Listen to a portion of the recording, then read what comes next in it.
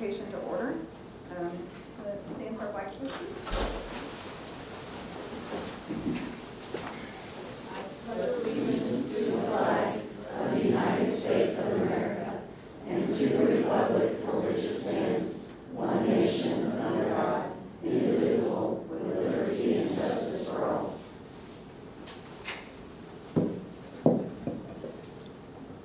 Let us pray. As we welcome the wonderful spring season, let us pause in reflection. May our minds be filled with inspiration, our hearts with joy, and our actions with kindness. Grant us the wisdom to nurture growth in both academics and character. May this season of renewal bring unity, understanding, and progress to our school community. Amen. Amen. Roll call, please. John Newman. Here. Alan Riley. Here. Anna Ross. Present. Judy True. Ann Zimmershed. Here. We're going to start off tonight with our presentation of the Employee of the Month and Friend of Education Awards.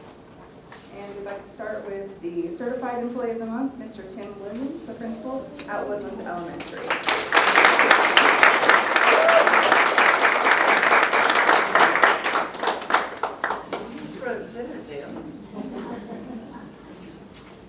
Mr. Williams is an outstanding principal. He cares about all of the students and families of Woodlands. He shows this daily in his interactions with students from the minute they enter the building. Mr. Williams balances being a caring and kind principal with setting expectations and challenges for students to be the best they can be, both academically and socially. He knows Woodlands families and does an amazing job communicating with them. Ways of doing this include providing information about happenings through the weekly parent newsletter, social media outlets, and interacting with families on a daily basis. Mr. Williams acknowledges and appreciates the support from Woodlands families, the school's PTA, and the community. Mr. Williams can also be commended for supporting and appreciating his staff. He understands the rewards and difficulties facing teachers and support staff on a daily basis. Mr. Williams listens to his staff and supports them in many ways, whether it's juggling schedules, student issues, parent concerns, or maybe just a needed chocolate Friday. That is important. It would be difficult to find someone more organized or prepared than Mr. Williams. He sends out a daily email with calendar notes, schedule changes, special events each morning to help staff stay informed and prepared. He has shelves full of binders and a wall of clipboards that keep his many irons in the fire organized. Mr. Williams is a well-rounded principal that looks out for the students, families, and staff at Woodlands Elementary. He has high expectations of himself and those around him. Fortunately, he's able to set these goals while maintaining positive relationships and friendships with those it affects. Ponca City Public Schools are blessed to have Mr. Williams as a part of his team.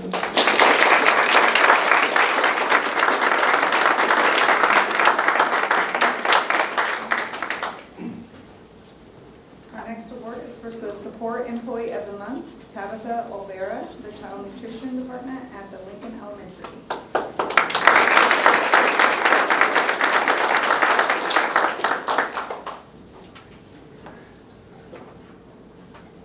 Tabitha is full of energy and sunshine. She keeps busy with a positive attitude for everyone she encounters. She gets to know all of the students by name, knows their typical orders each day. And if you know who wants gravy and who doesn't want gravy on the mashed potatoes, you've accomplished something. If you do it wrong, then you're going to hear about it. So, and remember small things about them so they feel very special. We love for our staff members to make our students feel and help them feel special. We love having Mrs. Olvera as part of the Lincoln family and part of the child nutrition program. Thank you very much.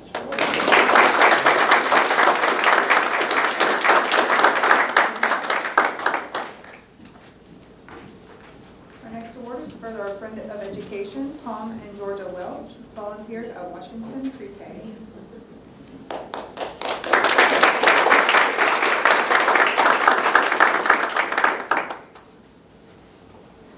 This is Tom and Georgia Welch, and they are two of our pre-K pals. We used to call them grandparents, class grandparents, but we had some younger people that volunteered, so we called them pre-K pals. So every class has a pre-K pal. So we started this last year. We wanted each class to be paired with a loving adult, often a retired community member or grandparent, to serve as a special class mentor or friend. Tom and Georgia visit their classes several days a week and have become a significant part of our school. They come in and everyone knows them, especially all of their kids who call them Grandpa Tom and Grandma Georgia. We often see Tom working with students at centers, doing cafeteria duty and playing with kids on the playground. Georgia comes in and helps prep snacks, centers, and works alongside students regularly. In addition to visiting and helping in classrooms, they attend all of our parties and events. They spend their day serving others within our school, their church, and in our community. We're so grateful for their commitment to make a difference in the lives of our students. Thank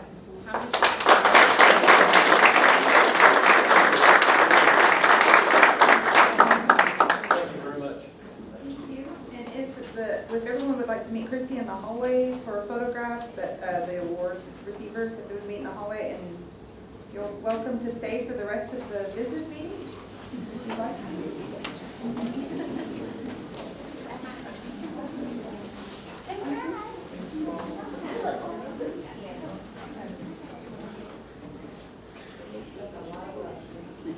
Good job, guys. Thank you. Thank you, guys. Moving on to item number 3, we have public comment. And we do have one this evening, so I'm just going to go over the commentary here. It says that comments of the speaker must relate to an item on the meeting agenda. Generally, participants shall be limited to comments of maximum of 3 minutes duration, unless altered by the presiding officer with the approval of the board. All public comments during any one regular meeting shall be limited to no more than 15 minutes. No participant may speak more than once, and all statements shall be directed to the presiding officer. No participant may address or question board members individually. So, Zach? Zach Murray would like to speak on agenda item 6.2, superintendent's report and legislative update. Good evening, Zach Murray, Ponca City Association of Classroom Teachers President, speaking to the legislative update and the superintendent's report.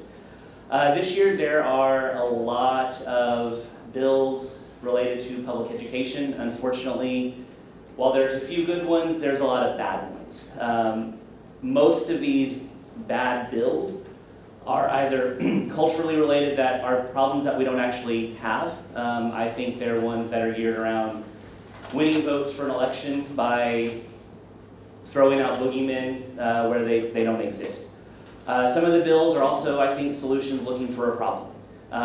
As an example is Senate Bill 1513 from Senator Julie Daniels out of Bartlesville that claims to be putting in equal access for educator associations. This is something already existing in state law. It doesn't fix a problem. No administrator or teacher has gone to Senator Daniels saying, hey, this is a problem, we need to fix this.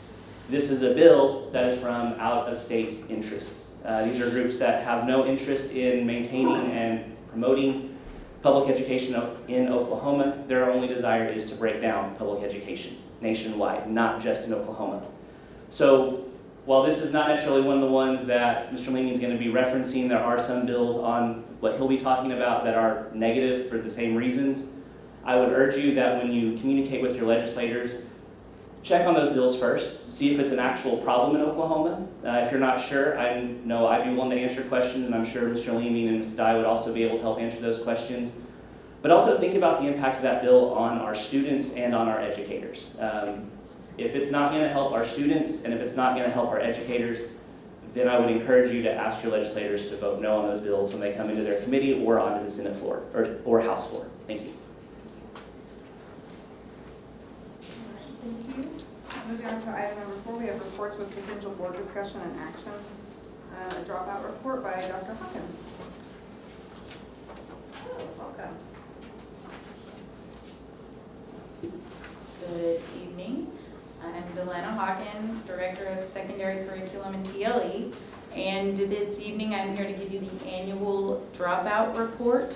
This is required in our spring accreditation. It's a report that we used to do in November, and due to state reporting timeline changes, it's now in March to meet that requirement. The information I'm going to show you is for the year 2023, which is last school year. We always run a year behind, so, but this also includes 2014 to 2023. I just build onto it. So who is a dropout? A dropout is any 7th through 12th grade student defined as who is under the age of 19, and has not graduated from high school and is not attending any public or private school, or is otherwise receiving an education pursuant to law for the full term of the school district in which he or she resides in session. So, as you can see, last year we did go up a little bit. That's at 30 for 9 through 12, 2 at East for 8th grade, and 2 at West for 7th grade. Based on what I've seen, and I have that breakdown also, in 9 through 12, we have 3 9th grade, 10 10th grade, 12 11th grade, and 5 12th grade. There are, as I said, this report is still open with the state. We have 10 appeals with the State Department of Education because we have students who transferred to a private school or transferred out of state. And for those students, we have to upload additional documentation to the state records to prove that they went to school in another place outside of the state's database. So we do have 10 that could come off by the certification date in June. So this is kind of very preliminary data, but we have to do this prior to our spring accreditation. It's also most likely related to what we've seen with the chronic absentee rate, not just here, but across the state and nation. This is not unique to Ponca City, is what I'm saying. So, any questions? Thank you very much, Dr. All right. Next we have Sean Tagliatella with the Driver's Education Pilot Program.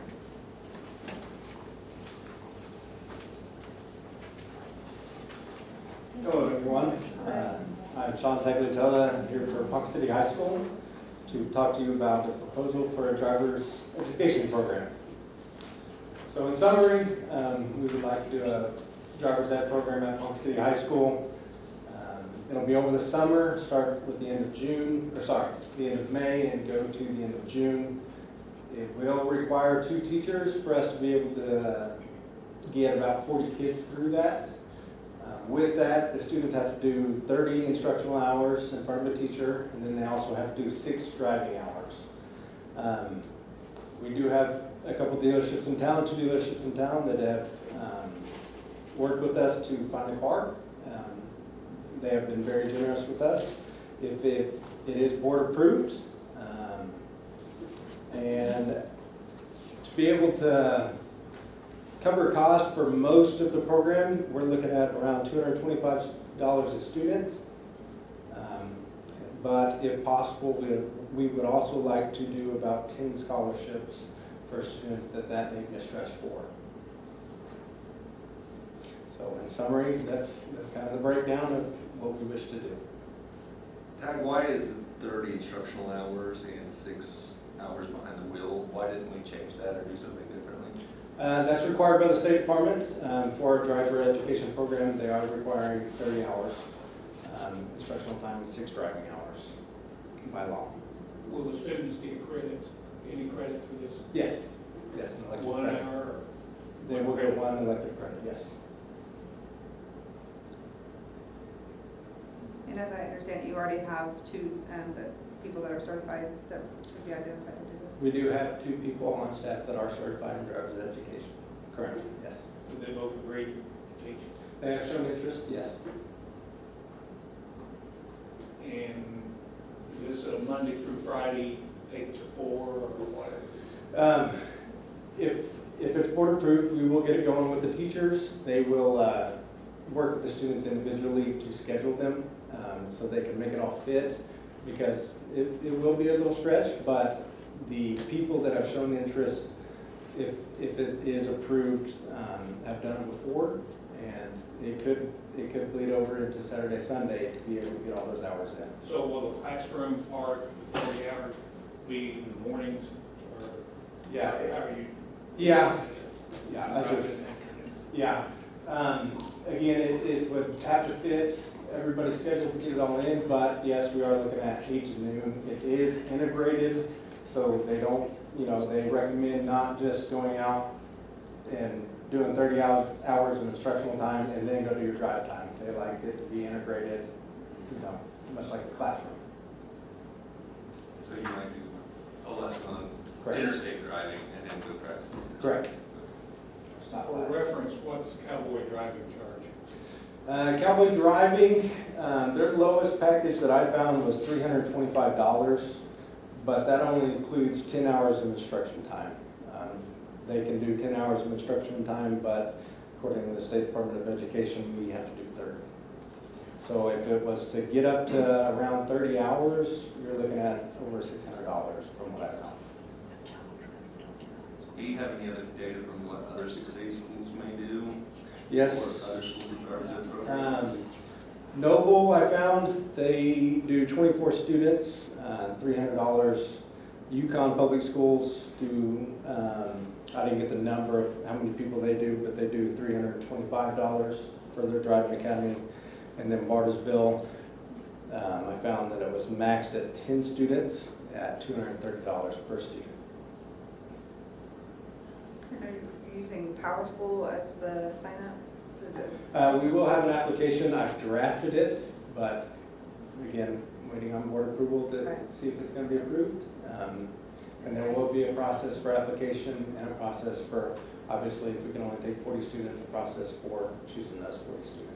Have you determined what that process is for your scholarships, or is it first come, first served, or how do you determine it? Yeah, that has been looked at. Also the scholarships, we're looking at free and reduced lunch applications or the economically disadvantaged applications to help us determine if they need a scholarship or not.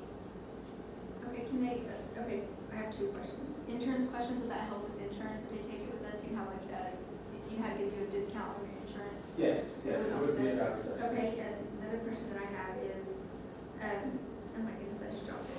Insurance, their test, their pre-test, what is that called? The written test? The written test, do Yes. we do the written test, or It do would, we have to? once they complete the program, they would not need to do the written test. All the Nice. tests are integrated into the program, I thought you said that already, sorry. except the driving test. The driving test is not, but the written test. That's a less fee right there. Who do they take the driving test with? The The state? DMV. The DMV. Yeah. So it's not with the instructor? No, not the driving test. No. And that's an additional cost as well for them. So that's another area. Cool. Any other questions for us? Yeah, I was trying to, I feel like I had one and I left my brain too, but. And the important word with this whole program is that word that follows the education, pilot. This is the pilot. We're going to learn as we go with this. It's something we used to integrate into the regular school calendar, the regular school day. I think it got pushed out due to a number of either financial cuts or just increased graduation requirements that kind of pushed its way out. So this kind of all came about because of just a workforce need in our community. We're getting a lot of questions about how do I find employees, and we've got students, and this kind of ties into what I'm going to talk about tonight, saying where do I find employers? Well, one of the barriers we're seeing is a driver's license is keeping some students from either advancing or progressing either in summer employment or after high school employment. And so talking to our team, is this a niche we can help bring back to help serve our community? We looked at cost points, price points. Our recommendation to this board was $225. The student, knowing that that could still be a barrier, but if we see a lot of success and we see some efficiencies in other areas, we could cut that back in future years with this. Like Tag mentioned, we had Studeville Chevrolet offer to lease us 2 vehicles for the sum of $1 each, and we'll handle all of the installation of the brakes and wraps to bring us all in compliance with all the state laws. And so my recommendation to this board is I think this sounds like a good idea, a good deal, knowing full well that there could be some tweaking and revision to it as we move forward, maybe some growing pains.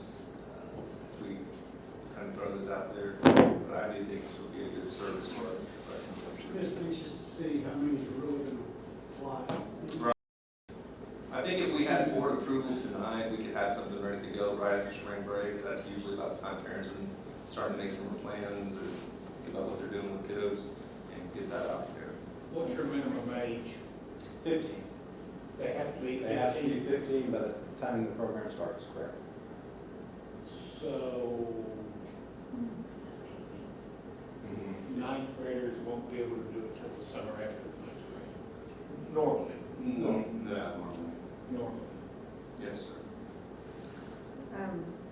Will you be blasting it out, I guess, all the regular emails and Facebook pages? About Yeah, I the day? think we would do that's a good question, Hannah. We would do a kind of, if we decide to do the first come, first served round, a big campaign to announce when those applications are going to drop and be open. Right. To try to inform the public the best way possible. Power School app, through our own Facebook pages, newspaper, and my weekly team radio interview, just to give parents a heads up that this is getting ready to go. Does anybody have any other questions for Sean? No, we should get it credit. It's like a big. Yeah, you did it credit and you did the classes. It's an interesting pilot program. Thank you guys for all working it together. Moving on to item 5, consider and take action on the driver's education pilot program as proposed during the reports with potential board discussion and action. I will second. Motion for approval by Dawn, with a second by Nancy. Any more discussion or questions? Call for the vote. Anna Roland, Aye. Nancy Zimmerstein, Aye.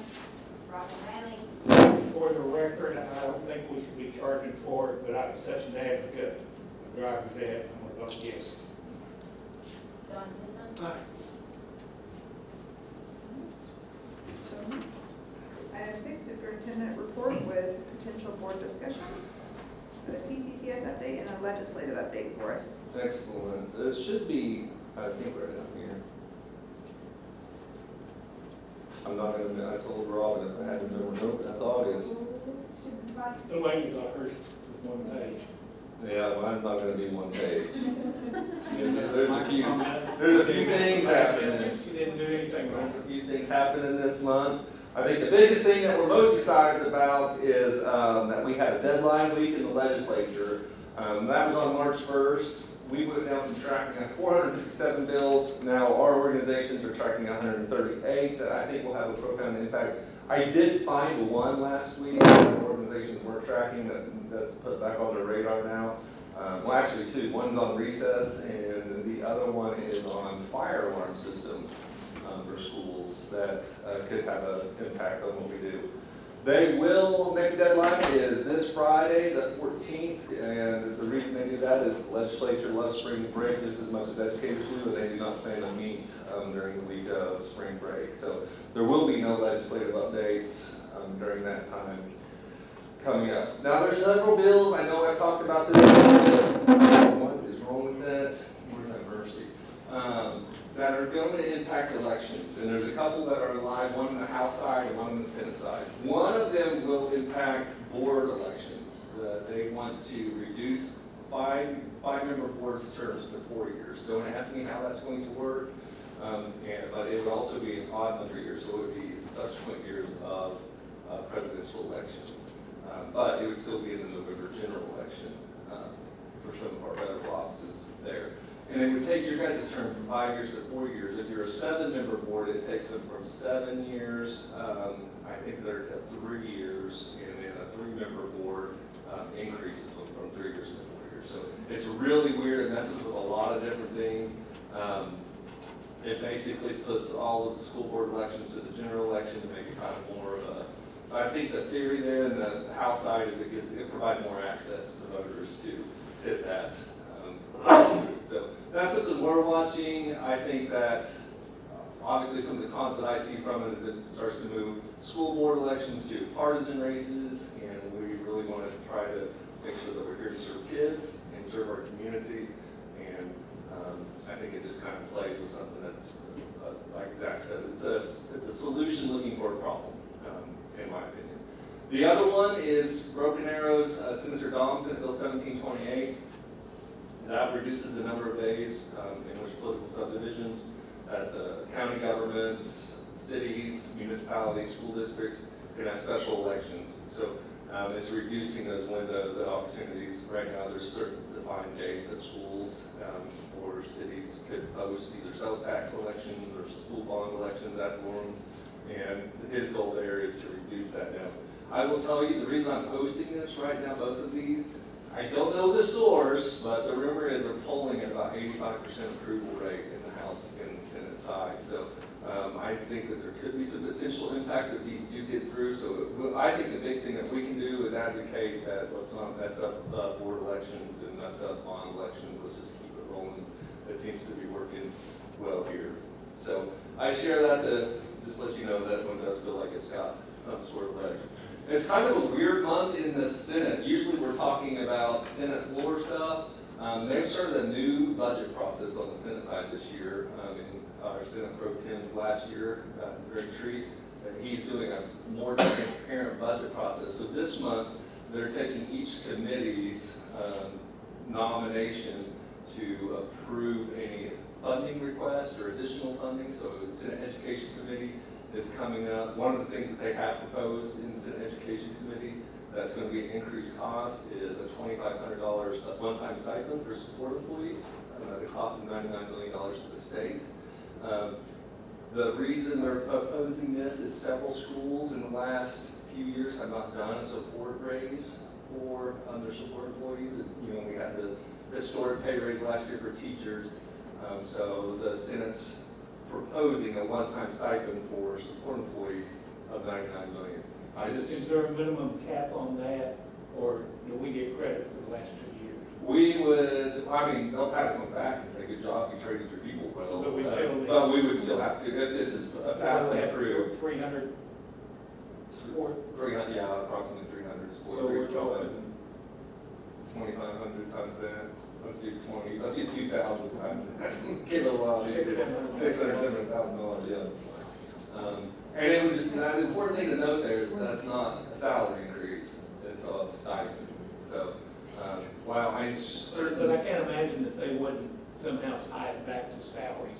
I mean, if a school district is significantly higher than the others, yeah, they should not get penalized. They have to give the same stipend amount to the others. Yeah, so that's really the only one that's really come up in education that's supposedly a new cost. And it's interesting to note too, there's not really a bill that's tied to. I think we're looking for a shell bill to attach that language to. But Pew he has proposed that one.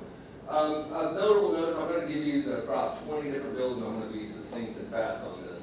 This first one is, I think, a huge one that's trying to address the teacher pipeline, and that's to immediately remove the post-retirement earnings limitations for retirees. And this is kind of interesting because Oklahoma Teachers Retirement System has come out publicly against this bill, saying it's going to be a huge fiscal impact on the teachers' retirement pension system. But what's interesting to note too is Hilbert is the new speaker-elect by the House. So I don't know if he's going to, or OTRS is winning favors in the House by speaking up against the incoming Speaker of the House on this deal. Personally, as your superintendent, this would be a huge help right away. I mean, we keep retired seasoned professionals maybe for another 3 years. This has a 3-year sunset amendment to it that would quit after the next 3 school years. So personally, I like that it's got a sunset on it. It helps us kind So of would they build get that their pipeline. retirement plus full pay? Plus So full why pay. retire? Well, so you can get your retirement and your full pay.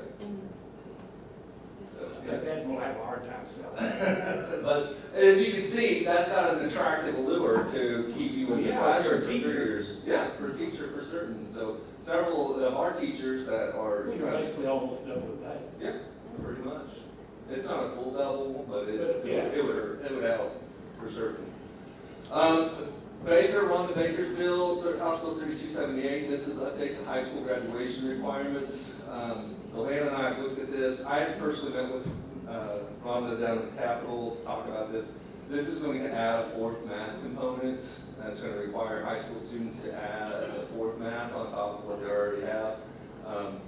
The great thing about this is that it's going to create a lot of flexibility on your all's part to define what that fourth math is.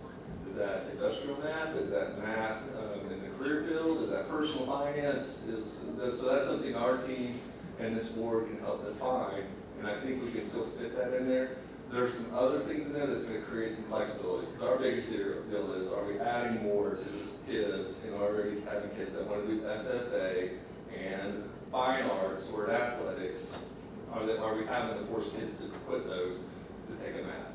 So one of the things they're looking at is, what about taking out the requirements for a foreign language or computer technology classes? If we want to remove those, or give the board local control to decide what is most important for your high school students in a post-secondary world. So there's going to be some upside and some downside on that one. House Bill 3510, I think this one's got a lot of legs to get across the finish line. That's going to remove chronic absenteeism away from something the schools should be punished and held accountable for off the school report card. I don't know how y'all feel about that, but personally, I know that we're doing everything we can to try to make sure attendance is important, but I will speak for my own pre-K kid that lives in the pre-K center petri dish of illnesses. I've got so many dang positive flu tests this year. It's just hard to keep them in when they're running a fever and are contagious. So you just gotta take that. This one has already been signed by the governor. This is already realized that this was the removal of the 4.5% sales tax on groceries, the state side. Now, this is important to note that in July, when people go to buy the groceries and they say, well, our sales tax is going to dip half. That's just the state sales tax, not the municipality sales tax or the county sales tax. It's just 4.5% per state. So Ponca City is almost 10%. So you'll still have about 5.5% on groceries when you go to shop and check out at the Walmart this summer, moving there. I also put on there, that's about an estimated $412 million loss of revenue. If you remember a couple months ago. But they need to remember, it's not going to be, it's food only. Food only, yes. Yeah. Don't try to throw your pair of shoes in there with the bread and think that you're going to get 4.5%. That's going to be a challenge for a lot of retail establishments. There's a lot of changing on food. Yeah, there'll be a lot of work on their end to get that done. But the clock's ticking. That's already signed into law to make that happen. House Bill 2562 by McBride. This is going to change the SDE board. It's going to add 4 seats. There's a little caveat, though, that one of the seats must be a resident of a rural community and a former superintendent with an enrollment of less than 10,000, and there's going to be another former superintendent with an enrollment of more than 10,000 on that. So I've heard a lot of positive chatter that that's something that's going to happen. This is an interesting one. Right now, this Senate Bill 1258 would remove the requirement for a local district's use of its general fund for capital expenditures and gives that authority to local DOEs. Right now, our general fund is limited on what we can purchase, and if we do, there's a little caveat in law that says, you know, let's say a school blew down and we had $10 million to replace it, and we have $10 million in our carryover. We could take that to the State Department of Ed and say, we're going to approve this to build an elementary school, and let that board consider it. Well, this bill would remove that process and will leave the final decision to the local school board to decide. I think this has actually been pushed by Enid, as a result of Vance Air Force Base coming to them with federal funds, saying we want a new elementary school on the Air Force Base, and we will chip in this much, and with the expectation of a local match. And the only fund that they have that's big enough to match that would be their general fund carryover. So it's interesting to see where that one goes. Senate Bill 1521 would give the schools first priority to employing an SRO, or also allow us the opportunity to hire a retired law enforcement official. I think it would be important for Ponca City, as we have a number of police officers in our community that get to retire at a younger age, and we could seek employment with the school district. Opportunities arose that we could add more SROs in our district. Senate Bill 1257, I still don't know how to read this one. I don't know if this is a good thing for schools or a bad thing. This would amend the general fund carryover limits, essentially getting rid of the limit. By law right now, that we are capped at what we can carry over at 17%. And if you go over that, they penalize you with your state aid the next year. This would remove the carryover limits and allow the school districts to carry over as much money as they want. Which sounds good in theory, like, oh, that'd be good, we have a savings account in case there's revenue failure. But then also what kind of message is that sending? It looks like schools are hoarding cash and not extending it on the students they're supposed to be serving. So I don't know what the motive is. I've even asked, is this a good thing for schools or bad things to send their pews? He said, well, it's for your board to decide. That's what you're going to do. So I think that's something I'm talking with other superintendents on is if this does pass, and I think it will, because I think what you're seeing right now is a lot of pushback on the SDE with our legislature to say we trust our local school boards and our communities to do the right things. So I think it's going to get over the edge. So we'll have some conversations as a board and administration on what we think would be a good deal for our students. Senate Bill 1417 amends the Oklahoma Parental Choice Tax Credit. We knew that there was going to be some things that were unintended, but what we found out is that there are some people in Oklahoma that are using this to get out of paying back taxes or penalties for not filing taxes or other doings, and they were applying this to help ease the burden on what they owed the state of Oklahoma in past years. So this bill would amend that and eliminate that loophole that if you get this, it's only intended to offset the cost of private school for students. So I do anticipate that would pass. Already talked about 1728. Here's the other one about moving board elections, reducing you guys from 5 years to 4 years. House Bill 3054. This is an industry requested bill. And I talked to our local K County assessor about this because I was getting conflicting information. So I don't know what any of that stuff means, including I don't know if ramen you do or blood flow lines, gathering lines. But the industry was saying we estimate an $8 million impact to the state of Oklahoma if we expand property tax exemption for oil and gas. I thought that seems really weird that the oil and gas industry would request for an $8 million bill, or a bill that would impact the industry statewide for $8 million.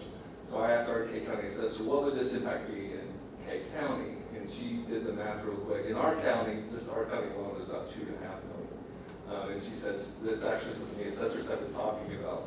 The entire state, according to the assessors, was around $50 million of impact, which local ad valorem money, that would be an impact on school districts. And she said if schools are not speaking out against that one, that could be a big deal.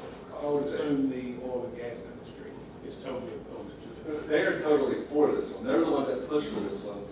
It's the schools. And now we've talked to anyone that lives off property taxes, your county governments, some of your municipalities don't. But anything that has any ad valorem funding, career tax, need to be talking to the elected officials about the impact this would have. In K County alone, it would be $2 million, which we split that with, Ponca, Newkirk, Blackwell, and Career Tech. But it would still be a hit on our local aid. And if you look, there's not going to be a lot of state aid that comes to backfill that in the coming year. So that one just kind of raised a red flag to me. And if you see something, I don't know what the flow lines, gathering lines going from the wellhead means, but it's going to be bad for schools if that gets through. But I'm not hearing a lot of support as that information is being shared about the impact it would have on public schools moving forward.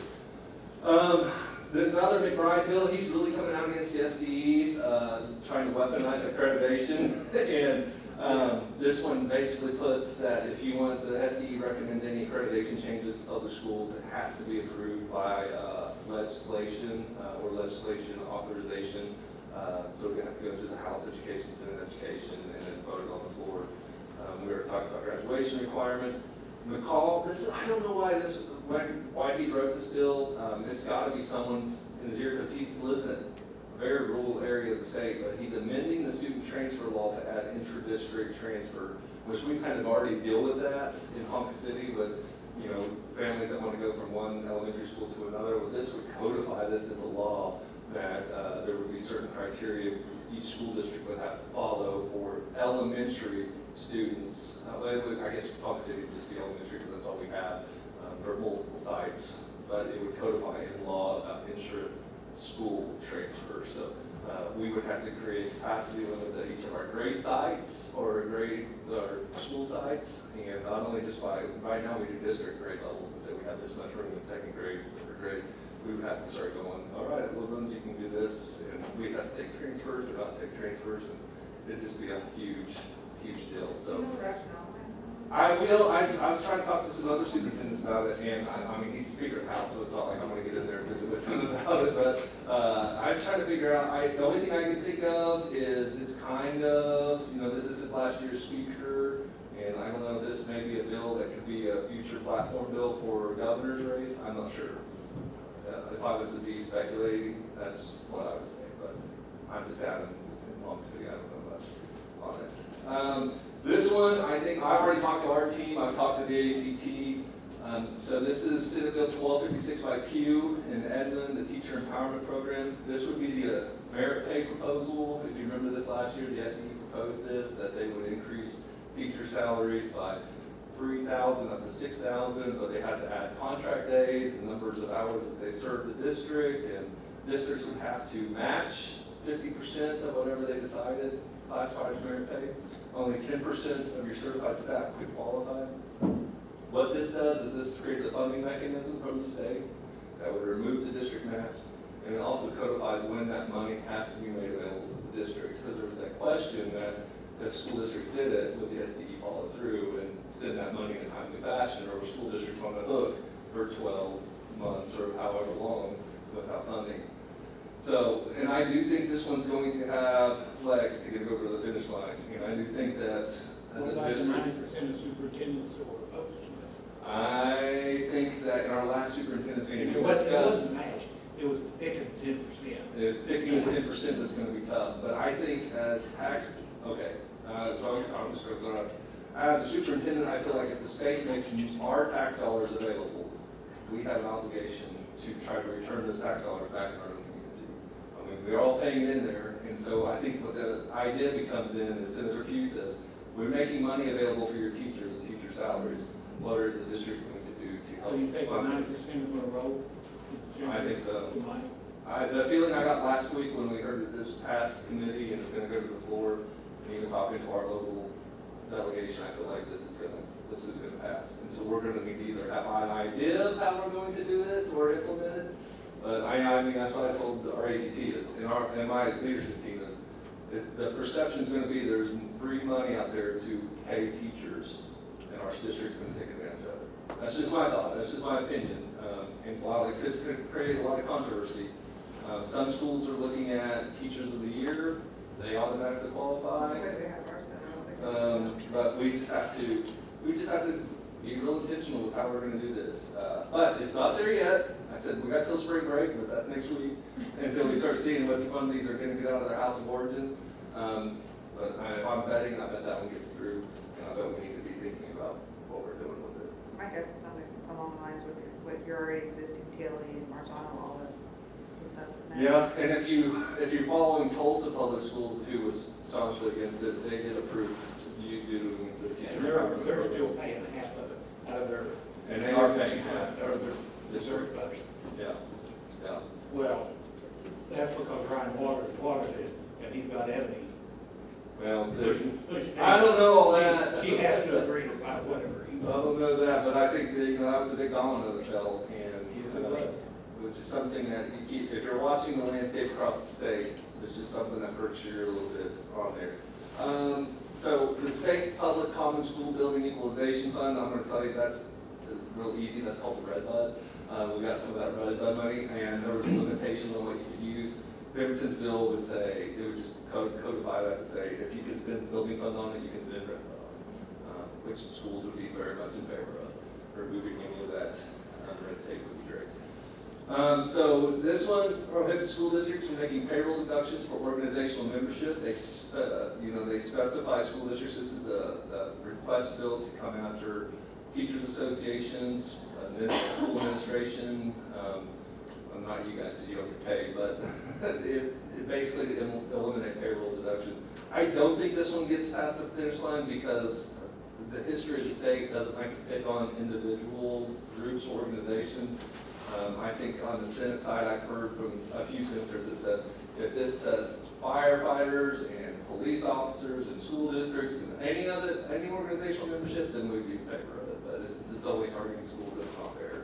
And so again, that's just what I've heard from a few senators down there. We'll see if that happens. But if I'm giving my anticipation, look, I'd say I would be this That's position. union membership? Yeah, that'd be union. Yeah.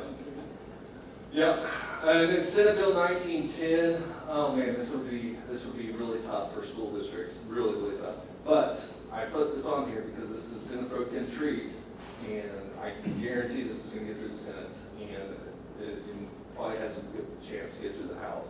But basically, it allows for transfers for students on IEPs and disabilities, and then it would create opportunities for appeal processes at the local board. The challenges would be just how do schools serve students on IEPs. By federal law, we're supposed to serve students with IEPs and disabilities. We have to make every opportunity to create a free and appropriate public education for those students. But this would create a new mechanism in state law that if a Newkirk or a Ponca or a Kildare or Blackwell couldn't serve that student, there would be a transfer policy or capacity limit that school districts would have to, like us, that might have a number of other resources, accept those students and bring them into our district. The problem is you just don't know how an IEP is created with the sending school district, whether the modifications, accommodations will be even something we can handle or take on. We were talking about this. Some students in our highly needs could have 1 or 2 or even 3 or 4 different certified adults that they require. And that's with staffing challenges that it is. It is pretty tough. I'm just not trying to make excuses. It would just be a lot of hurdles for the local school district to try to accommodate not only those students, but then to have transfer policies to accept students into their district. One of the things that I think our superintendent said, well, we'll just set our capacity at 0. We can't take any more students. And then they said that would be flying in the face of the intent of the law, and that there would be follow-up legislation if that was the case. So we'd have to take a real hard, long look at how we could do that as a school district. But that's my legislative update. I know it's kind of asking a lot, but any questions about upcoming bills or anything else I can say in the Capitol? When I'm down there on Wednesdays. There was some community chatter about cell phones, has that one gotten anywhere? Oh, that's a good one. I hadn't put that on there, but yes. So I actually talked about this at our Education Workforce Committee meeting last Thursday. So there's still a couple different bills out there for cell phones. One it's just like blanket, no more cell phones in school. We don't want them in school, don't bring them to schools, and it's law that schools would say, that's the law, we gotta follow it, don't bring your phones to school. Only for students. Now there would be some exemptions for medical, maybe safety, I don't know. They've talked about that. The other one creates kind of like a pool of money that would pilot some schools to say, try this and let's do research and see if that really improves learning outcomes or behavior outcomes, discipline. And then there's one other bill out there that says that we'll give you money to purchase storage, like sleeves that you can lock cell phones in. That's a vendor-sponsored bill or vendor-requested bill that happens to manufacture these little sleeves that can lock that students would have to put their cell phones in and keep in the front office. So there's 3 different ones out there. I don't remember where that one was polling at, but I have heard a lot of chatter that they are interested in creating that maybe as an election platform to come back to their districts to say that they're trying to preserve or maintain the mental health of our young people. Now, I think logistically as an administrator, that's going to be a lot of challenges, if there's exemptions and who has them and who doesn't, how do you enforce it? I can remember as a former principal when you confiscated a cell phone, whew, that was a hornet's nest that wouldn't stop sometimes. Well, I think a lot of students, at least at the high school level, they use their phone for resource. Right, yeah. I'm not saying that they need to have it out a lot, I'm just saying that I know that. I also know they bring a lot of challenges. I think that we would probably see some decreased cyberbullying, decreased inappropriate photos or pictures or media or things that come along with that temptation in the pocket. So, but I do think you have an increase in chatter and noise and talking, which I don't know what's positive or negative there. So, Actually talking. yeah, look, eye contact, right? But that's a good one, and I don't know, we'll know more here in a few weeks after this week, actually, that that goes anywhere on the Senate or House side. Okay, I want to do this one real fast. It's going to be fun. Understanding the 5 voices. This is something that our team has been talking, just the executive directors, myself, about how we can kind of grow as a leadership team. Right now, as you look at our leadership team, with the exception of a couple of us, we're all 3 years or less of experience in our current positions in the district. I had big aspirations, like this first year, we're going to have this new mission, this new vision, and all these goals. And one of the first things I noticed here in the last 6 months is, man, we can all have different communication styles, and maybe we're stepping on each other's toes, or we're not really understanding kind of our backgrounds and how we kind of work together and how maybe we could work better as we move forward. So I was talking to a few superintendents, one from Norman, one from Middell, and they did this process of the 5 voices. And then I heard the speaker come to this conference that talked about this communication framework, the 5 voices. And they talked about all these companies that have done it and how this is going to be the best thing ever. And I kind of drank Kool-Aid, and I was like, man, I want to do it if they're doing it. And it's really just have these great outcomes. So what it is so it's this whole conceptual framework that theorizes that every one of us has these 5 different voices. And we can access and utilize any of these 5 voices, but some of them come more naturally to us, and others we have to really kind of concentrate and focus and operate out of. So, as I talk, I want to talk about what each 5 of these are and be thinking about which one might you be, because I think if this really grows and has legs, it'd be really cool to bring you all in as the board and get your 5 voices so I know how we all work together, because it's going to be transformational as we go through this. So, the first voice that they talk about is the nurturer. And the nurturer is this empathetic, I've really summed it down. They really have like these pages and pages of different communication styles, but I tried to sum it down. So the nurturer is empathetic, supportive, a great listener, excels at creating inclusive and cohesive environments. And one of the challenges may be that they avoid conflict because they don't want to hurt feelings, they want to bring people along and help them go around. That was not my strength, my top strength. The creative is innovative, visionary, big picture thinker, offers unique solutions, they foresee future problems, challenges, struggles with the practical details and seeing things through. Because they just kind of want to throw out there. That was my second one.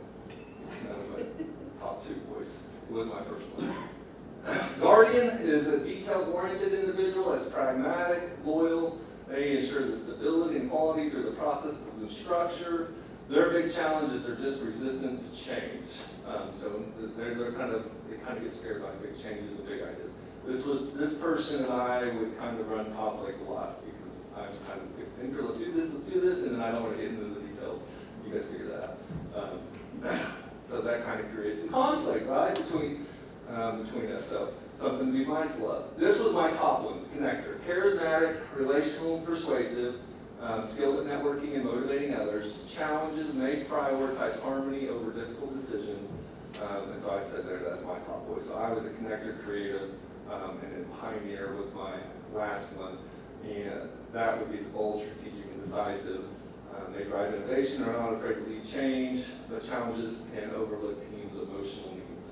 So those are the 5 voices. What I'd like to do and what I'm proposing to the board is our leadership team undergoes this practice over the next few months as we learn more about how our communication styles are, how we work together as a team, how we communicate together, what our strengths and weaknesses are. No, I wouldn't say weaknesses, what our challenges are when we're talking, that we learn not to take.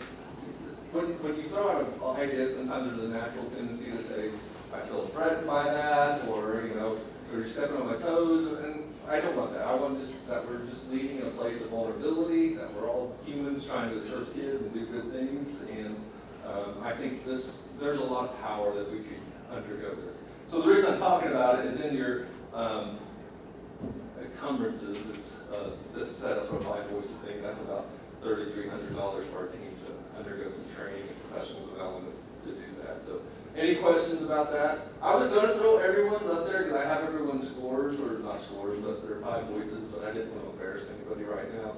But whenever you say your team, it's just here at the building, or is it principals too? you just right now, it's just me and the 8 directors. 8, yeah. One day it'll be me and the board, and then we'll do. I already have heard Yeah, so and it's everyone has all 5 voices. So for me, me, I can be nurtured, but man, I've got to really put myself in that spot, my frame of mind. My wife would tell you I'm not a very good nurturer, but I can when I turn it on and really focus and get intentional with it. But it's just not, it doesn't come as naturally to me as some of the others do. And it just, as I was reading through these, it just, some of that really resonated to me. And what we really want to do is take a deeper dive with it as a team later this month and kind of work through this over the next few months as we go forward. I know they're just as excited as I am, and that makes me so excited.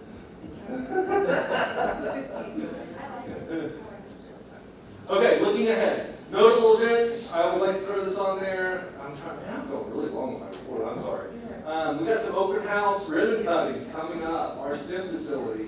I put STEM facility because I think on tonight's board agenda there might be a vote to change the name of that to the P66 STEM facility. But that will be this Thursday at 4:30 p.m. We are encouraging people to park in the 5th Street parking lot, walk to the Commons, so we can cut the ribbon with our Chamber of Commerce and do an open house tour. We're going to position some staff people throughout the building. There won't be like tours, but as you walk through the space, if people have questions, we'll have PCPS people there to say, this will be the esports room, or this is the makerspace, or this is where we're planning on doing aviation and computer coding, and I think that's about it. Now, I do want to caution, we won't have the equipment yet because we have to have all the money yet for it, but that is coming and will be there. We'll have the furniture up, most of the furniture. Will all the furniture be up, Jason?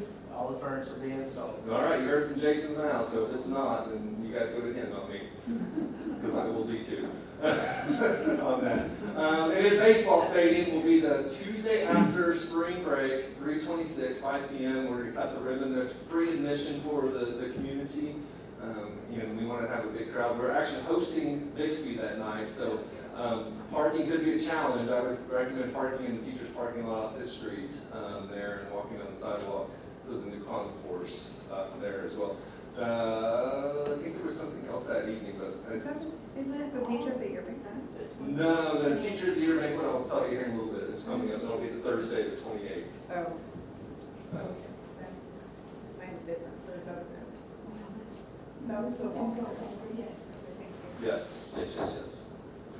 So we are having a part of this STEM long-range plan is creating an advisory committee comprised of local businesses, industry, workforce that can help Alicia and our team in the STEM facility. We're going to get that council set up and going after spring break. We'll get some kind of defined help, kind of what we're looking for from them. But I think we have a lot of great pockets of STEM activity across the community.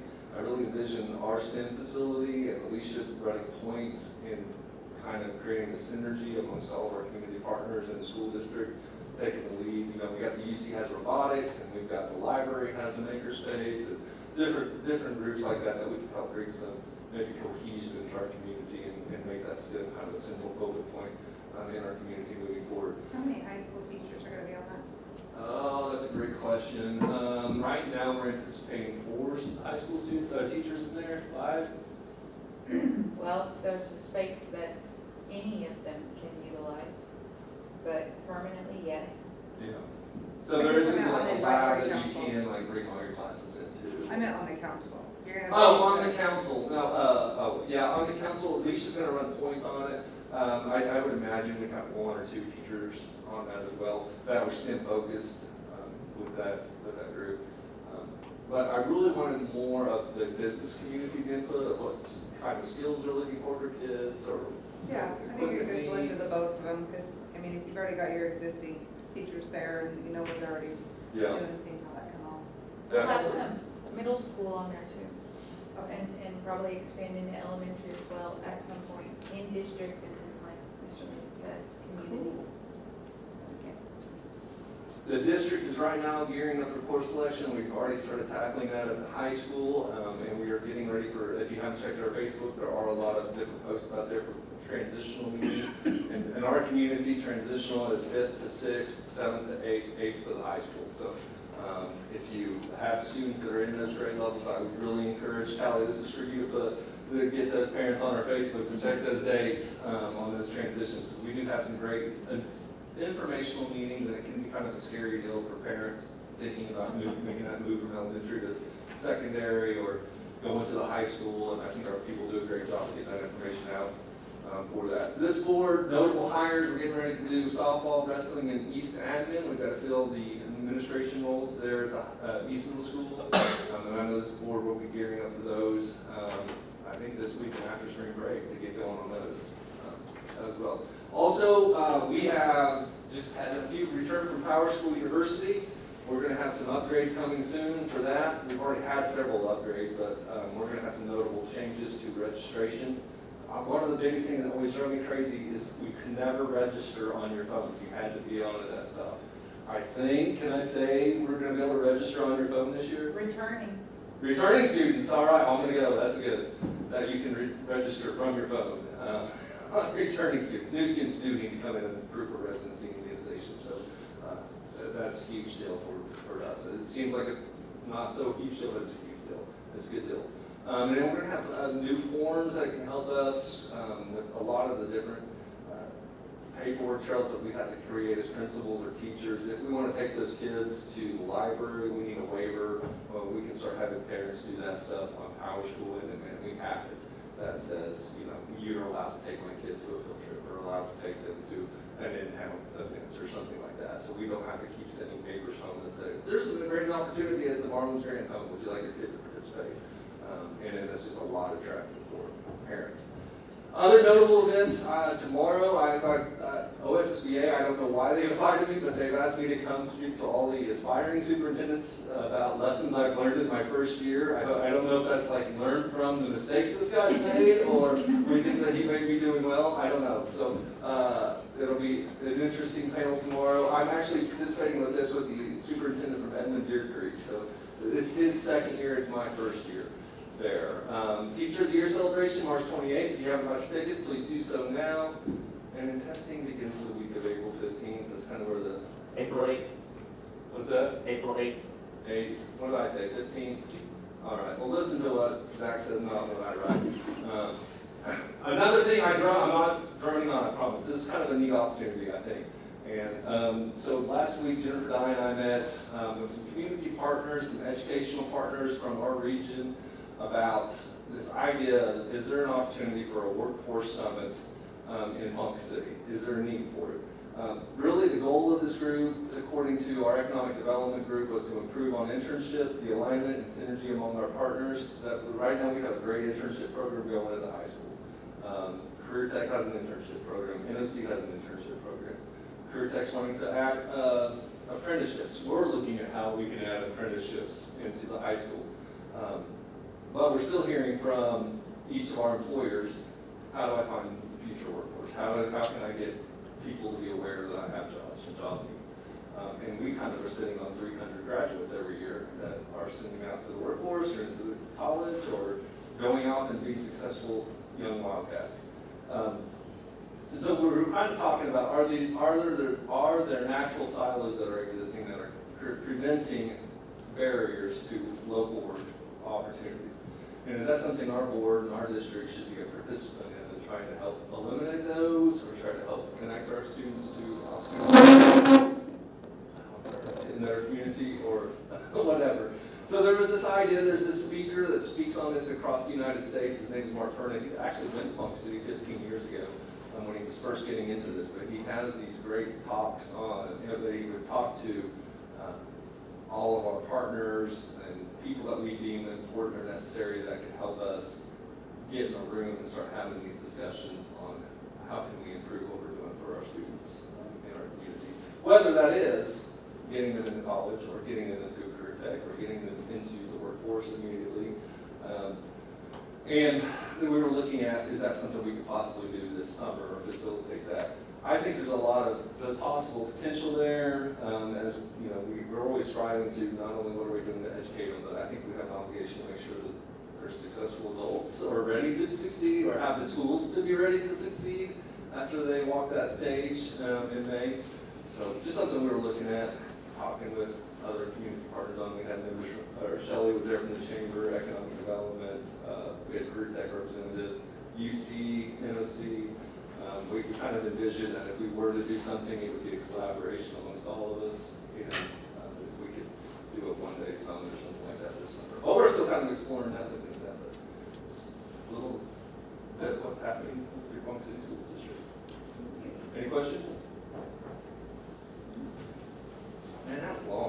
let them know. We appreciate the thorough reports. Item number 7 is the consent agenda. A motion is required for the approval of the consent agenda as printed or as amended. Board members may, however, call for a separate vote on any or all items listed on the consent agenda. We have item 1 and 2, minutes from the February 12th, 2024 regular meeting, and contracts and agreements under $10,000. Entertain a motion. Move for approval. Second. Move for approval by Dawn, seconded by Robin. Any discussion or questions? Call for the vote. Nancy Zimmerstein. Aye. John Newsom. Aye. Anna Roland. Aye. Robin Riley. Item 8, we have some action items. A motion is required for these. Item 1, consider to take action on the following district financial reports. They're listed there, A through O. Move to approve. Second. Approval by Dawn, second by John. Guess all property and finance. Yes. Real good. Any other That's discussion? you, Rob.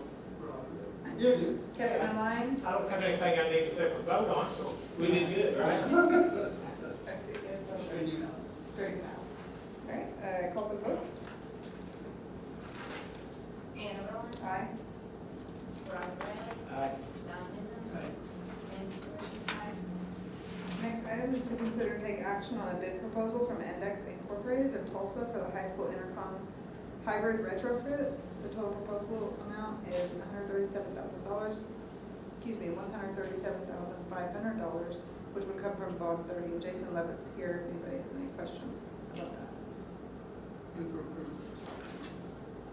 Mr. Approval by Dawn, second by Nancy. Any discussion or questions on that? Question, we do have enough money in bond 30 to cover this, don't we? According to the last, whenever the board report that we got in the email, I don't have it with me, but Yes. the balance on that. Yes. To answer that, yes, we do have enough. And we did have big savings on our high school main office remodel, so we're pretty good. Even with moving the counselors and all the temporary stuff? Yes, sir. we Still covered? Okay. Will this fix the clocks in the high school, Jason? It's not the clocks yet. They call people been gone for 2 years. Any other discussion or questions? Call for the vote. John Newsom. Aye. Anna Roland. Aye. Robin Riley. Aye. Nancy Zimmerstein. Aye. Item 3, consider and take action on a gift and naming rights agreement between Phillips 66 Company and Independent School District Number 71 of Kay County, Oklahoma. And the commentary is listed there. This Move for approval. is moved for approval by Dawn, Second.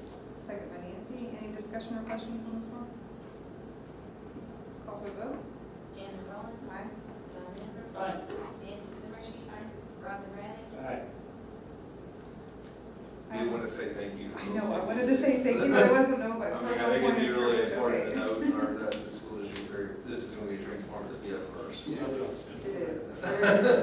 Just wasn't sure. Personal point of privilege. Item 4, consider and take action on a proposal from Steubenville Chevrolet Buick GMC and Steubenville Ford Lincoln to lease 2 vehicles to Ponca City Public Schools for the 2024 pilot high school summer driver education program.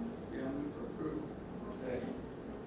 Moved for approval by Dawn, second by, You can ask if that's the best price you can Yeah, that's the best price. that was a very good price at $2 get. from the general fund. It's not Any fair. discussion or questions? Move for the vote. Nancy Zimmerstein. Aye. Robin Riley. Aye. John Newsom. Aye. Anna Roland. Aye. Big thank you to those folks. Item 5, consider and take action on a memorandum from Texas A&M University confirming Ponca City Public Schools participation in the Knowledge Acquisition and Transformation Expansion, otherwise known as CATE, EIR grant. Move for approval by Dawn, second by Nancy. Any discussion or questions? We have Terry here to ask him. Call for the vote. John Newsom. Aye. Robin Riley. Aye. Anna Roland. Aye. Nancy Zimmerstein. Aye. Item 6, consider and take action on the following contracts and agreements. A through, what's others? A through P, we're gonna go over these and then vote on them all at once, is that correct? Item A is an agreement with EF High School Exchange Year for a foreign exchange student to attend Ponca City High School for the 2024-2025 school year. As we're going along, you guys just stop me if you have a question. Item B, an itinerary from Explorica by World Strides for a student tutor to Ecuador and the Galapagos Islands scheduled for 2026. I think I said student tour, not tutor, student tour. And item C, an agreement with Frontline Education for HR software. Item D, a quote from Galaxy Business Equipment Incorporated for digital boards for the STEM facility. Item E, an agreement with Hinman Enterprises LLC, DBA Hinman Lawn Care for mowing services. Item F, an estimate from HRI Roofing and Post Frame for repairs to child nutrition roof. Item G, an agreement with ISE International Student Exchange for a foreign exchange student to attend Ponca City High School for the 2024-2025 school year. The first one, this one's from Spain. Item H, an agreement with Jenkins and Kemper to provide annual audit report. Item I, an estimate from Johnston's Incorporated to provide 2025 yearbooks for the Ponca City High School. Item J, an agreement with Marzano Evaluation Center for eye observation software. Item K, a ratification of an agreement with Stephen H. McDonald and Associates Incorporated in connection with any issuance of general obligation bonds by the district. Item L, a quote from Stovall and Wells Group for work to be performed at the Povey baseball facility. Item N, an agreement with, we're gonna get this wrong. Sylogist Incorporated for accounting software system. Item N, a quote from TK Elevator for repairs to the high school elevator. Item O, a quote from Trafera for laptops. That's a question on Ian. Didn't we just put that elevator in a year or two ago? I asked earlier, no, this is an old one. No, yes. This is the one right there by the front doors, isn't it? Library, that was here before I got here. Oh, no, but we upgraded it. That was Mary Ann Sudbury elevator. I don't know that. Yeah, we did. She's a phenomenal teacher. What do we do? We just did that one a couple of years ago. It wasn't while I was here. I know that we've done some elevators. Yeah, we did. We spent like $300,000 on it. Didn't we do that in the last bond issue, Don? The last one was 2008. No, it was 17. 17. It was not very long ago. I saw that. Well, it's got a leaky seal at the bottom. Yeah. I was gonna say, it must be I think it's just another something. it just malfunctioning on the Wouldn't warranty elevator cover that? system. Do what? Wouldn't warranty cover that? Probably not now. Probably not at this point. It's been probably 5 or 6 years since that elevator was put in place, so. Because we had it out of service for 3 or 4 months. Yeah. It was a long time, if I remember right. And we spent like $300,000. You'll have to come back and tell us. Yeah, I'll find out. I know it's been 5 or 6 It was years. before, I came to 21 and you haven't done any work since then. It does say it's packing replacement and repair, so my guess is that it's probably just some sort of upkeep. Yeah, Not some a whole upkeep. refit, if it's $10,000, it's not I $300. think Right. it's They just wear out over time. Right, and wear out, need just to kind be of get it up replaced. to speed. Could be in the ram. Do what? Could be in the hydraulic ram. There is something with the hydraulic fluid that get out of it. That's probably what it is, they're repacking it. Right. Or service. Hey, Jason, while you're there on L, is that gonna be done by the opening on the 26th and installed in group, or is it? Yes, we're good on that one. They're pretty So, quick. the baseball field's done, you're telling me it's done? It's gonna be done for the 26th, yes, ma'am. I see the video. Done yes. Not Oh, I yet, see the but it's. video. Okay, thank you. Oh, and how many foreign exchange students are you getting for 20? 3 total now. 3 Yeah, total so for they the have last the Spain one, the It's one. gonna be a real Wait, did we melting have, pot. oh, come on, when was it, like a few months ago that we had some other foreign exchange? We had another one. So that will be 3 total. We have 3 total, but we could get more Okay, no, that's before awesome. August. Okay, thank you. Item O, a quote from Trafera for laptops, desktop computers, and monitors for West Middle School, East Middle School, and STEM. Item P, an agreement with Ultimate Pest Management for mowing services. Make a motion to approve A through P. Ron's made the motion for approval of A through P. Question on O, why would the monitors for STEM, if bond 34, that's the IT bond, well, why wouldn't it come from the STEM budget Right. bond issue? Ryan? That's just, I didn't, I just wrote. That was the superintendent directed. Yeah. We just needed that, we didn't have any monitors. Normally, in that lab, we would normally do our standard, or in a student lab, we would normally do our standard monitor. We didn't really have any of those available to do to that room, so we're gonna need to buy extra monitors anyway, so we just bought them 30 specifically for that classroom. They're wider screen for computer coding. But again, the question, Because I wanted that money for Anderson, or the STEM equipment. We have we can't use the equipment funds for technology. We can use technology funds for technology. So it gives us more flexibility. we could use the Phillips 66 money for that? Well, we could, but we have technology funds. We can buy equipment with Phillips 66 money. Okay.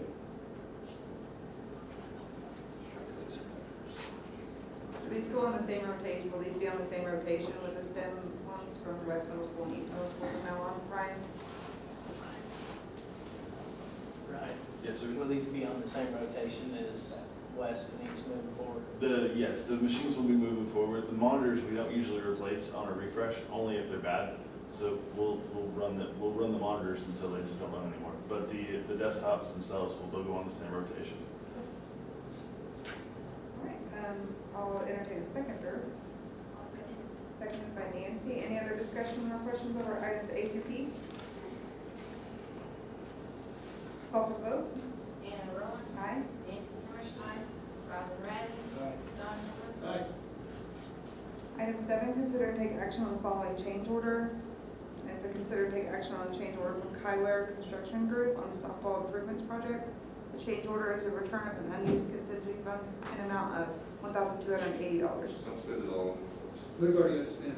Senator, I believe it. Barely about peanuts.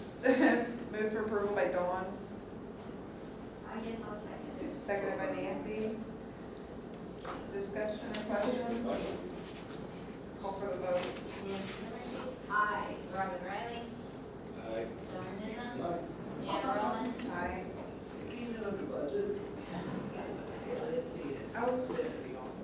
Hey. Item 8, motion and vote to convene an executive session for the following purposes: to discuss, Robin, the possible termination, reassignment, resignation, and employment of personnel in the attached detailed personnel report, to discuss the employment of executive directors and directors, to discuss the purchase or appraisal of real property, and to discuss confidential conversations with the board's attorney concerning pending litigation, claims and litigation. Do you have a recommendation? Yes. Okay. Move to go into executive session. I will second. Seconded by Nancy, call the vote. Don Nizza. Aye. Anna Roland. Robin Riley. Aye. Nancy Zimmerstein. Aye.